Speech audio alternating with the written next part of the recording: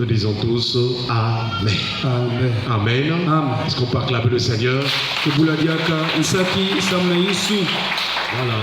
Donc, comme nous l'avions dit depuis dimanche, que cette semaine nous sommes dans la prière. Il Il y avait un texte de base que Dieu nous avait donné dimanche. Jean chapitre 8. À partir du verset 34 jusqu'au verset 35. Et là, Jésus est en train d'expliquer aux chefs religieux, aux juifs. Parce qu'ils avaient dit à Jésus que nous ne fûmes jamais esclaves de personne car nous sommes enfants d'Abraham.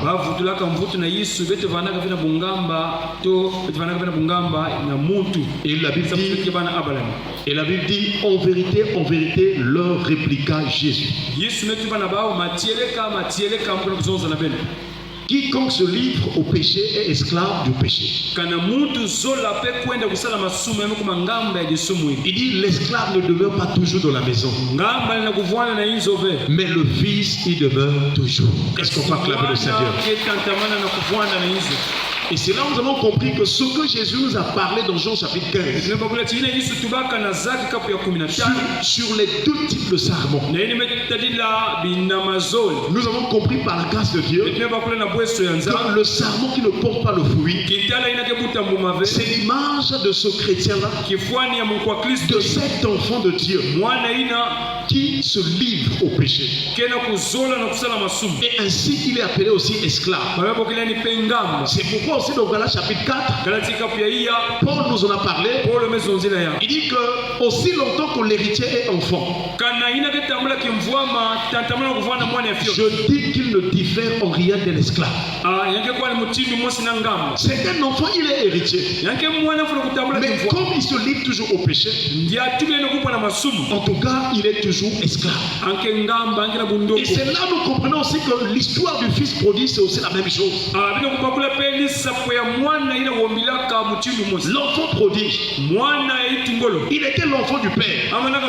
Il était dans la maison. Mais pour n'avoir pas vraiment gardé la sagesse, il avait pensé qu'il était mature. Il a demandé qu'on lui donne ses biens.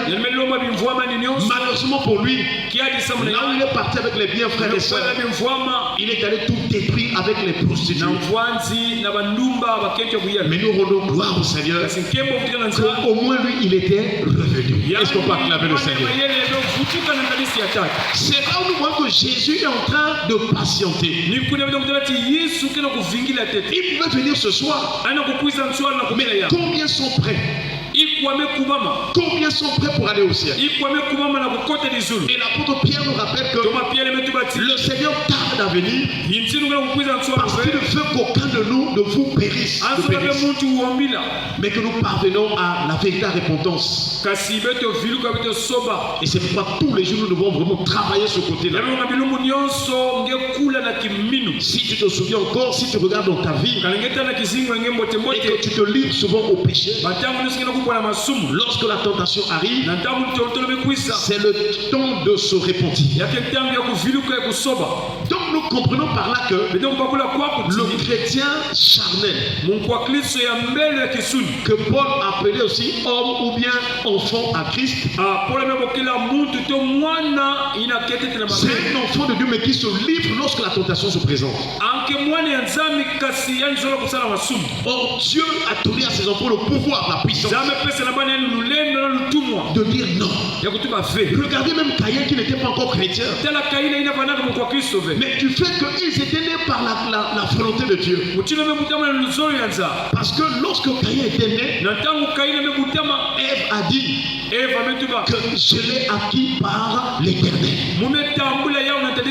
Alléluia. Amen. Et quand la tentation arrive devant Caïn, Dieu avertit Caïn. Pourquoi es-tu abattu? Pourquoi tu as le visage attristé? Pourquoi es-tu irrité? Si tu agis bien, tu relèveras ton visage. Mais si tu agis mal, le péché se couche à la porte et ses désirs se tournent vers toi. Mais le Seigneur clôture en disant, mais domine sur lui. Est-ce qu'on peut acclamer le Seigneur? Donc la tentation peut arriver, mais nous devons arriver à dominer sur la tentation. Et c'est là où l'apôtre Paul nous rappelle aux Corinthiens. Il dit aucune tentation ne vous est survenue qu'il ait été humain. Mais Dieu qui est fidèle, là où il y aura la tentation, il vous donnera les moyens d'en sortir. Il vous donnera les moyens de supporter et d'en sortir. Alors ce soir, chers frères, nous voulons voir encore un texte parce que nous sommes en train de vouloir comprendre ce qui pousse les enfants de Dieu pour aller tomber dans le péché. Qu'est-ce qui pousse les enfants de Dieu d'aller tomber dans la chute? Frères et sœurs, le premier élément ce soir qui pousse les enfants de Dieu, qui attire les enfants de Dieu dans le péché, c'est la tentation. Alléluia. Amen. La tentation, elle est souvent là.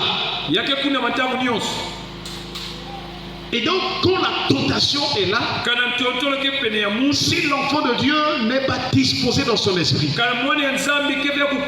s'il est attentionné au désir de la chair, s'il s'affectionne aux choses de la chair, alors la tentation pourra l'attirer jusqu'à ce qu'il tombe.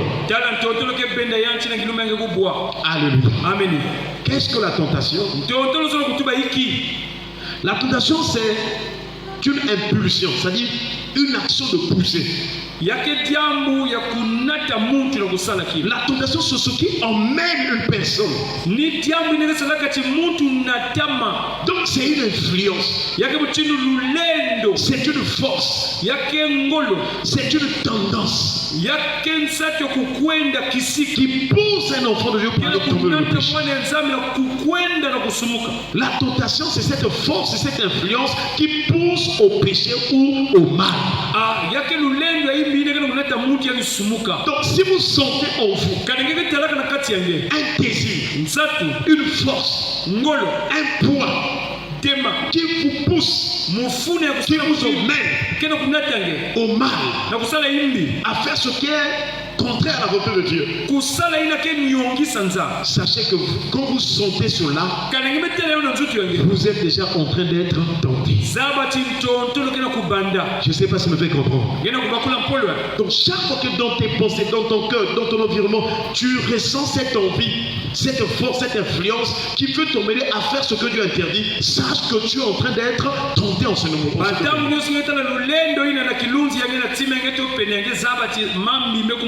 C'est-à-dire en ce moment-là, la tentation est là. Donc, mais d'où vient la tentation? Quelle en est l'origine? Parce que chaque chose qui existe a une origine. Alléluia. Amen. Nous sommes dans Matthieu chapitre 4. Le verset 1.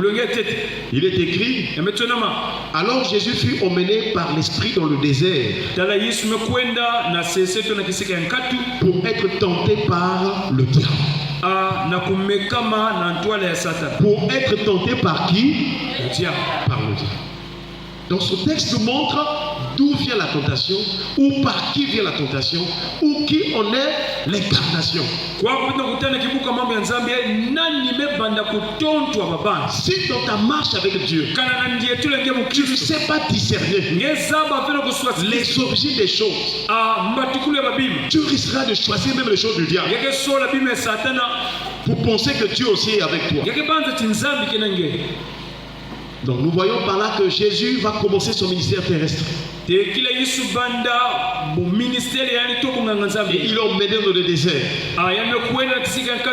Le désert, c'est un lieu des épreuves. C'est un lieu où il y a des difficultés. C'est un lieu où il n'y a rien à manger. Donc, nous voyons par là que souvent la tentation nous attend lorsque nous sommes dans une situation que nous pouvons appeler un besoin. Attention frères et sœurs, lorsque tu traverses des moments de situation où tu as un besoin, où il y a une situation qui te tracasse, où tu es un peu tourmenté, troublé, c'est en ce moment-là que l'ennemi vient parce qu'il sait que tu as un besoin, il sait que tu traverses des difficultés, tu as des problèmes. Alors c'est là où il viendra parce qu'il sait que peut-être que tu es soucieux ou bien abattu à cause des problèmes. Mais je vais te dire ce soir, la bonne nouvelle, c'est que l'Éternel, il a dit dans sa parole, dans Ésaïe chapitre 66, à partir du verset 1 jusqu'au verset 2, il a dit: le ciel est mon trône et la terre est mon marchepied. Quelle maison me bâtirez-vous? Quel sera le lieu de ma demeure où me repose sur la terre? Ensuite au verset 2, il dit: voici celui sur qui je porterai mes regards. Est-ce qu'on peut acclamer le Seigneur? En tout cas, quand j'ai lu ce texte, je pensais que Dieu va être attentionné seulement à celui qui adore, qui loue, ainsi de suite. Mais il dit: voici celui sur qui je porterai mes regards. Il dit: je porterai mes regards sur celui qui est dans l'abattement. Est-ce qu'on peut acclamer le Seigneur? Donc, pour que tu vainques la tentation, la première attitude, c'est que quand tu sens des problèmes, des situations qui viennent pour te rendre soucieux, sache que Dieu n'est pas loin de toi, il est avec toi. Parce que le Seigneur dit que quand quelqu'un est abattu, je suis là. Et le Seigneur a touché, il a utilisé un prophète puissant, le prophète Ésaïe. Dans Ésaïe chapitre 50, le verset 4, il dit: l'Éternel m'a donné une langue exercée pour que je sache soutenir celui qui est dans l'abattement. Est-ce qu'on peut acclamer le Seigneur? Que le Seigneur te soutienne ce soir au nom de Jésus. Je ne sais pas ce que tu es en train de traverser. Quelles sont les situations dans lesquelles tu te trouves? Les gens peut-être ne te comprennent pas. Même ta famille, les gens se moquent de toi. Les gens se moquent de ta foi. Je voudrais te dire, dans ta vie, ce qui compte, c'est ce que Dieu dit de toi, c'est ce que Dieu pense de toi, c'est ce que Dieu va faire avec toi. Alléluia. Amen. Mais si tu promets le regard sur les gens, tu vas être encore de plus en plus déçu. Porte tes regards sur celui qui est capable de te sortir de cette situation. Et ce Dieu-là ne manque pas autant de la détresse. Alléluia. Il est un secours qui ne manque pas autant de la détresse. Donc, quel que soit le problème, la situation dans laquelle tu te trouves, quel que soit le type d'épreuve, Dieu est avec toi. Alléluia. Amen. Il était avec Daniel. Alors qu'on va le jeter ou lui jeter dans la fosse au lion, Dieu était avec lui. Il était avec les compagnons de Daniel. Alors qu'on avait programmé déjà ou projeté les jeter dans la fournaise, Dieu était avec eux. J'aimerais te dire ce soir, Dieu est avec toi. C'est lui qui a commencé cette année avec toi et celui qui terminera aussi cette année avec toi. Alléluia. Amen. Dis à celui qui est à tes côtés: ne crains rien. Alléluia. Amen. Il a dit à Abraham, ne crains point, je suis ton bouclier et ta récompense sera très grande. Est-ce qu'on va acclamer le Seigneur? Frères et sœurs, la tentation a une origine. Et nous voyons donc que là, c'est le diable qui en est l'origine. Et voilà pourquoi la Bible l'appelle le tentateur. Il cherche une occasion favorable selon lui pour s'approcher. Tu dois être sage. Lorsque des problèmes arrivent, la maladie arrive, dans ton cœur, dans ta vie, ne dis pas que Dieu m'a oublié. Non. Dieu porte des regards sur ceux qui sont abattus. Voilà pourquoi, frères et sœurs, nous verrons donc que quand le tentateur arrive, il a une mission. Alléluia. Amen. Demain, nous verrons la mission du tentateur. Mais aujourd'hui, retiens que celui qui nous tente c'est le diable. Alléluia. Amen. C'est lui qui vient avec la tentation. Et à quel moment? Souvent quand tu as des problèmes. Quand vraiment tu te dis, mais comment je vais m'en sortir? Quand il y a des situations, lui il s'approche. Parce qu'il avait attendu que Jésus aille au désert. Et le tentateur s'est approché. Mais retiens d'abord le fait que quel que soit le désert dans lequel tu te trouves, Dieu est avec toi. Notre Dieu est capable de changer le désert en étang. Il est capable de donner du pain même dans le désert. C'est un boulanger et un pâtissier qui est capable de donner du pain même là où il n'y a pas, comment dirais-je, les matières premières. Là où il n'y a pas la farine, là où il n'y a pas le beurre, ou encore la levure, le sucre, le sel, tout ce qu'on fabrique, les gâteaux, les pains là. Lui, il est capable de t'en donner. Alléluia. Parce que le prophète Élie, on est un exemple. Élie était quelque part, il n'y avait rien.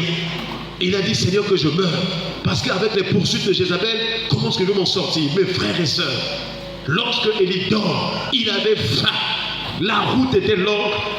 Le Seigneur a envoyé son ange. Le Seigneur lui a donné un gâteau.